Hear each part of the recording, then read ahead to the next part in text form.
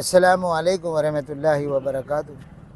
జై స్వరాజ్ టీవీ యాజమాన్యానికి ధన్యవాదాలు.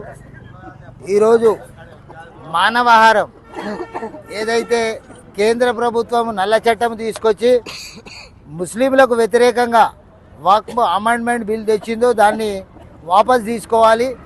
ఈ అమెండ్మెంట్ బిల్లు రద్దు చేసేంత వరకు మా పోరాటం ఆపము. మా పోరాటం శాంతియుతంగా చేస్తున్నాము. ఇది కేంద్ర ప్రభుత్వము గుర్తించాలి, ఈ చట్టాన్ని రద్దుపరచాలి. ఎన్ని రోజులైతే మీరు కావాలని మరి అమెండ్మెంట్ బిల్ను ఇదే విధంగా కొనసాగించారో అన్ని రోజులు మా పోరాటం జరుగుతూనే ఉంటుంది. మా పోరాటం ఇప్పుడు శాంతియుతంగా జరుగుతుంది. మా శాంతియుత పోరాటాన్ని మీరు లెక్కలకు తీసుకోకుండా మరి ఈ కాలయాపన చేయొద్దు. ఇప్పటికైనా గౌరవ ప్రధానమంత్రి గారు మీరు తిరిగి దీని మీద ఆలోచన చేయండి. ఎట్లయితే మీరు జాయింట్ పార్లమెంట్ కమిటీ వేసినరో ఆ విధంగా ఇంకో కమిటీని నియమించండి. దీనికి ముస్లింలందరూ వ్యతిరేకత ఉన్నారు. ఈ అమెండ్మెంట్ బిల్లు ద్వారా ముస్లింలకు నష్టం ఉన్నది. మరి దేవుని పేరు మీద ఇచ్చిన భూములను అన్యాక్రాంతం చేయడానికే కేంద్ర ప్రభుత్వం చేసే ఇది తప్పుడు నిర్ణయం.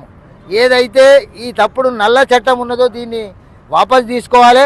ఇప్పుడైనా వక్ఫ్ బోర్డు ప్రాపర్టీలను తెలంగాణ రాష్ట్ర ప్రభుత్వం ఇప్పుడు మరి ధరణి నుండి మార్చి ఇప్పుడు సర్వేలు చేస్తుంది.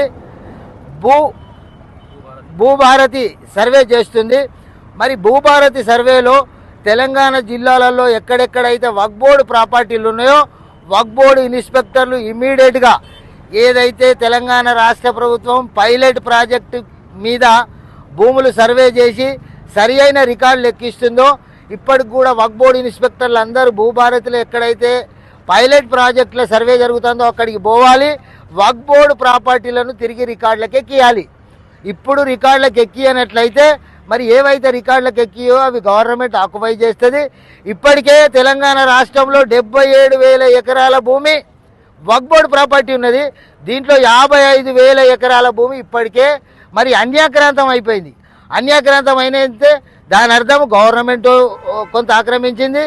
మరి ప్రైవేటు ఎవరైతే భూ బకాసురులు ఉన్నారో వాళ్ళు కూడా ఆక్రమించి ఉన్నారు. ఇప్పటికైనా రాష్ట్ర ప్రభుత్వాలలో ఉండే వక్ఫ్ బోర్డు జిమ్మెదారు ఎవరైతే ఉన్నారో వాళ్ళు భూములను కాపాడాలి, భూముల పరిరక్షణ చేయాలి. గౌరవ ప్రధానమంత్రి గారు ఇప్పటికైనా ఏదైతే ఇంతకుముందు సచార కమిటీ వేసినరో ఇంకా వేరే కమిటీలు వేసినరో అట్లా కమిటీ వేయండి. ముస్లింల స్థితిగతులను తెలుసుకోండి. మీరు తెచ్చిన నల్ల చట్టాన్ని వాపసు తీసుకోండి. మీరు నల్ల చట్టం ఎన్ని రోజులైతే వాపసు తీసుకురో అన్ని రోజులు మేము ఈ పోరాటం కొనసాగిస్తాం. ఎట్లయితే జంతర్ మంతర్లో రైతులు వాళ్ళ జీవితాలను అర్పించి వాళ్ళ మీద తెచ్చిన చట్టాలను వాపసు తీసుకోనంత వరకు పోరాటం చేసినో మరి మేము వాళ్ళని ఆదర్శంగా తీసుకుంటాం. మా పోరాటం కొనసాగిస్తాం. దీన్ని రద్దుపరిచేదాకా శాంతియుతంగా పోరాటం కొనసాగిస్తాం. జై హింద్, జై భారత్. వాపస్ లేవు, వాపస్ లేవు, వాపస్ లేవు, వాపస్ లేవు, కాలా కానూన్ వాపస్ లేవు, కాలా కానూన్ వాపస్ లేవు.